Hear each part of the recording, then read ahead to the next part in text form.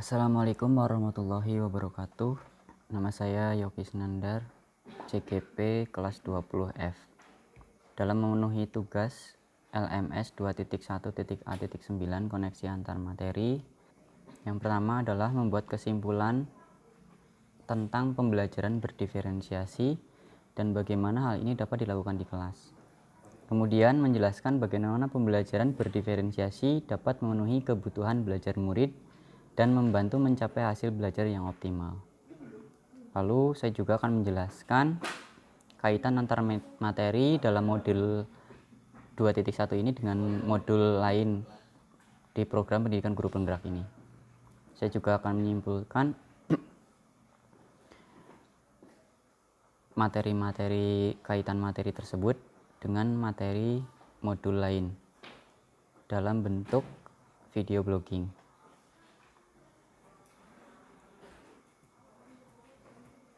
Materi yang saya pelajari adalah pembelajaran berdiferensiasi. Pembelajaran berdiferensiasi adalah pembelajaran yang disesuaikan dengan kebutuhan siswa dalam mencapai kesuksesan belajarnya. Anak lahir dengan keunikan masing-masing. Sebagai pendidik, kita memiliki kewajiban untuk memastikan bahwa setiap anak mendapat kesempatan yang sama untuk belajar dengan cara terbaik yang sesuai untuk mereka. Praktek pembelajaran berdiferensiasi tidak hanya memaksimalkan potensi murid, namun juga memberikan kesempatan kepada mereka untuk mempelajari berbagai nilai-nilai kehidupan yang penting. Misalnya nilai tentang indahnya perbedaan, menghargai makna baru dari sebuah kesuksesan, kekuatan diri, dan kesempatan yang setara. Oleh karena itu, kita sebagai pendidik perlu memahami bagaimana mempraktekkan pembelajaran berdiferensiasi. Ada 3 strategi pembelajaran berdiferensiasi. Sebelum memasuki 3 strategi tersebut, saya akan mencoba menjelaskan 3 aspek dalam mengidentifikasi kebutuhan belajar murid. Yang pertama adalah kesiapan belajar. Yang kedua, minat belajar. Yang ketiga adalah profil belajar. 3 strategi pembelajaran berdiferensiasi.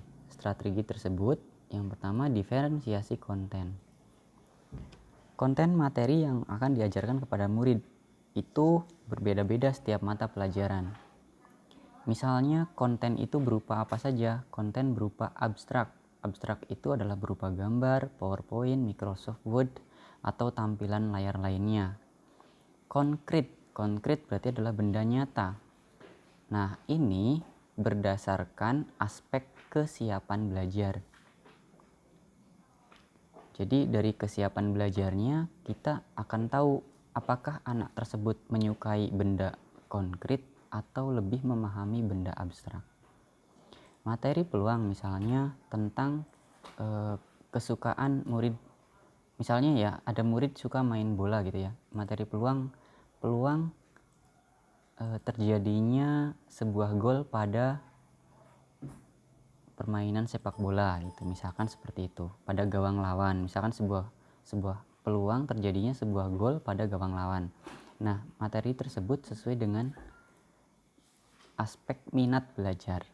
Kalau kesiapan belajar berarti siswa tersebut seberapa paham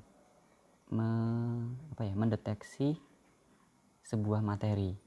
Tetapi kalau misalkan minat berarti sesuai dengan minat mereka atau kesukaan mereka. Kalau kesiapan berarti seberapa siap gitu. Murid dapat mengakses materi sesuai dengan gaya belajarnya mereka. Misalnya visual. Kalau visual berarti kan dengan gambar. Lalu ada juga dengan cara auditori. Auditori itu dengan suara.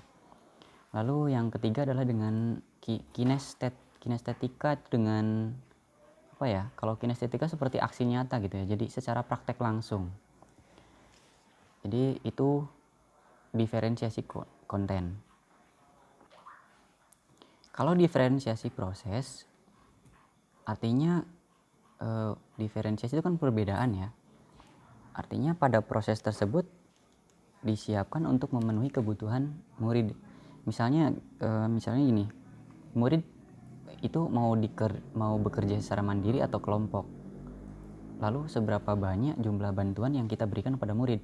Artinya di awal, misalkan di awal kita memberikan stimulasi atau memberikan misalkan berupa bantuan, sedikit demi sedikit bantuan tersebut kita lepaskan, jangan sampai membantu dari awal sampai akhir. Nah, cara diferensiasi proses seperti apa? Yang pertama, kegiatan berjenjang. Berjenjang itu misalnya ada yang diberi misalnya dari mudah, sulit, sangat sulit gitu ya. Berjenjangnya seperti itu. Jadi ada jenjang mudah, ada jenjang sulit, ada jenjang sangat sulit. Itu kan membuat siswa jadi lebih menantang.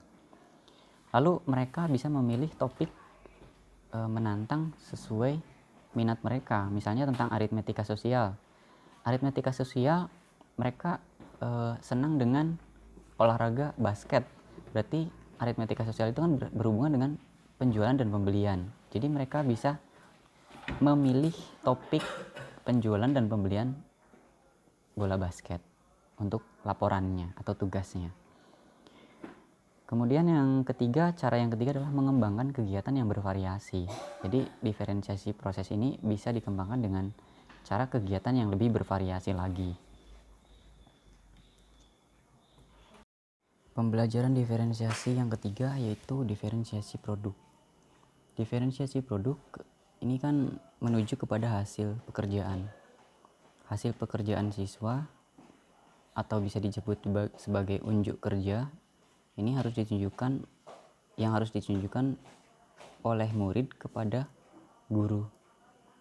Dapat berbentuk tulisan, bisa juga berbentuk sebuah laporan, hasil tes, kemudian bisa juga pertunjukan, bisa juga presentasi, pidato, kemudian rekaman maupun diagram. Yang terpenting sesuai dengan pemahaman murid dan berhubungan dengan tujuan pembelajaran yang diharapkan. Jadi tujuan pembelajaran tetap tercapai walaupun siswa atau anak-anak tersebut mengumpulkannya dalam bentuk yang berbeda-beda. Tujuannya apa diferensiasi produk? Tujuannya adalah memberikan tantangan atau keragaman dan variasi, sehingga memberikan pilihan bagi murid untuk mengekspresikan pembelajaran yang mereka inginkan. Penilaiannya ini bisa berupa kualitas produk mereka, kualitas pekerjaan mereka berupa konten gitu ya, kontennya seperti apa, dan bagaimana proses pengerjaannya. Apakah pembelajaran berdiferensiasi ini dapat memenuhi kebutuhan murid? Menurut saya insya Allah dapat. Lalu apakah bisa berhasil gitu pembelajaran berdiferensiasi ini diterapkan di masa atau secara luring maupun daring di masa kini? Menurut saya kemungkinan berhasil itu lebih tinggi daripada gagalnya. Kenapa? Karena pembelajaran berdiferensiasi ini bersifat proaktif. Artinya guru lebih berasumsi bahwa murid yang berbeda itu memiliki kebutuhan yang berbeda pula. Dan guru juga secara proaktif merencanakan pembelajaran yang menyediakan berbagai cara gitu ya untuk mencapai dan mengekspresikan sebuah pembelajaran. Guru mungkin masih perlu menyempurnakan pembelajaran tersebut. Tetapi karena guru tahu beragam kebutuhan muridnya di dalam kelas gitu ya, dan memilih opsi pembelajaran yang sesuai, maka kemungkinan besar pengalaman belajar yang mereka rancang akan cocok untuk sebagian besar murid.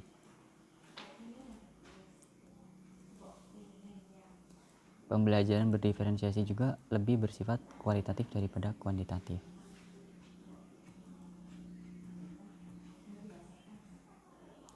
Pembelajaran berdiferensiasi